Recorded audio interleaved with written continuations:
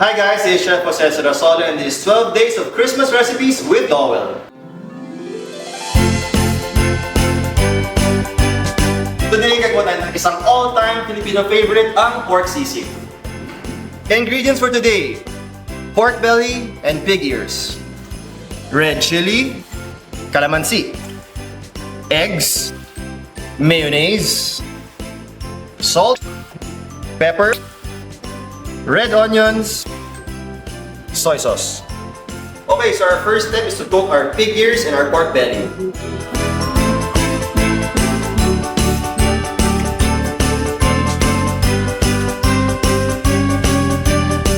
In our air fryer oven, we'll choose the system, the meat. Yan, sa meat na siya. Tapos temperature natin, mga 180 siguro. And of course, our time, around 30 minutes. Start. Turn on your light. At ayan, luto na yung pork natin.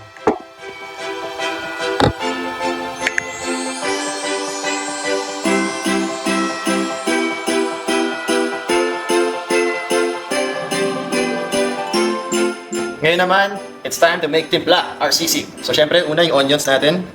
Ayan, tapos sibuyas. Para may konting sipa, or actually madaming sipa. Red chili. Ayan. Yung calamansi natin, of course. Ito yung citrus flavor natin, of course. Ayan. Right? Meron din tayong soy sauce. Yun. Kaya hindi na kailangan ng maraming asin kasi meron naman tayong soy sauce. Right? Adding, of course, some black pepper. And of course, to bind everything together, ang mayonnaise para may creamy texture siya.